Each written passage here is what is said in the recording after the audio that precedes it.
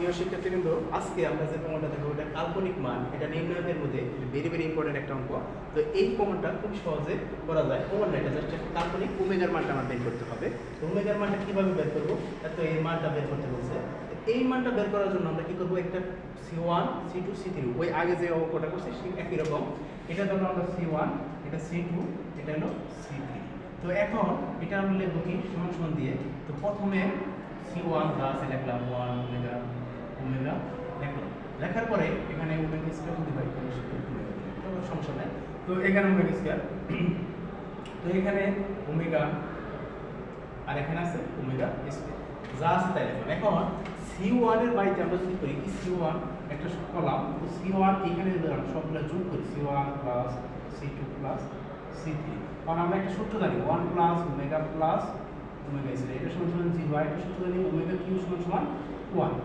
এই সূত্র প্রয়োগ করে আমরা এই অঙ্কটা করব। তো উপরের সূত্রটা প্রয়োগ করতে পারি, নিচের সূত্রটা প্রয়োগ করতে পারি। সেই ক্ষেত্রে C1 কলামে যদি আমরা সবগুলা যোগ করি তাহলে 1 প্লাস ওমেগা, এরপরে ওমেগা স্কয়ার সবগুলা যোগ করব। তো সেই ক্ষেত্রে এখানে আছে কি ওমেগা ওমেগা স্কয়ার 1। তো আমরা এইখানে আমরা যদি সাজিয়ে লিখি তাহলে কি করতে পারি, প্রথমে 1 plus omega plus omega square, ঠিক এইখানে আছে ওমেগা স্কয়ার 1 ওমেগা। তো এইখানে আমরা সাজিয়ে লিখব 1 plus omega plus omega square.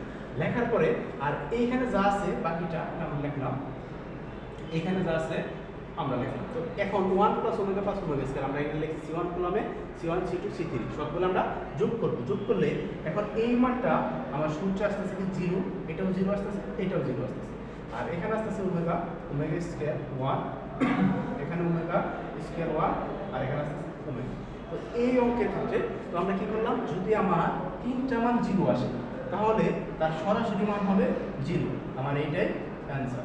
এখন যদি দেখা যাচ্ছে কলমে 3টা 0 থাকলো বা সারি 3টা 0 থাকলো, বা আমার কলমে বা নিচে যে কোনো দিকে যদি আমার 3টা মান যদি 0 থাকে সেই ক্ষেত্রে তার মান হবে 0। এটাই আমার অ্যান্সার। এই 2 লাইনের অঙ্ক, এটা অনেকবার পরীক্ষায় আসছে, ডিপ্লোমা টেক্সটাইল বা অন্যান্য পরীক্ষায় এক্সাম পরীক্ষায় এই অঙ্কটা আসে। তো এইটা করার জন্য কি করতে হবে, প্রথমে C1 কলমে আমরা কি করবো C1 C2 C3 যোগ করবো। আর যদি আমরা বলি যে C2 কলমে যোগ করবো সেটাও করা যাবে, C3 তেও যোগ করি সেটাও করা যাবে। কিন্তু আমার অঙ্কের সুবিধার ক্ষেত্রে প্রথমে আমরা যোগ করবো C1 কলমে যোগ করবো, যোগ করে 1 plus omega plus omega square, এটা হলো সূত্রটা 1 plus omega plus omega square সমান 0, এটা আমরা জানি। তো এর জন্য আমরা কি করলাম, সবগুলোর প্রথমে C1 কলামে যোগ করলাম, যোগ করে দেখলাম যে এই মানটা আসছে। সবগুলো আমরা সাজিয়ে রাখলাম, সাজিয়ে রেখে সবগুলো 0 আসছে। সবগুলো যদি কলাম অথবা সারি যে কোনো মান যদি 0 আসে সেক্ষেত্রে তার অ্যান্সার হবে 0। ঠিক আছে।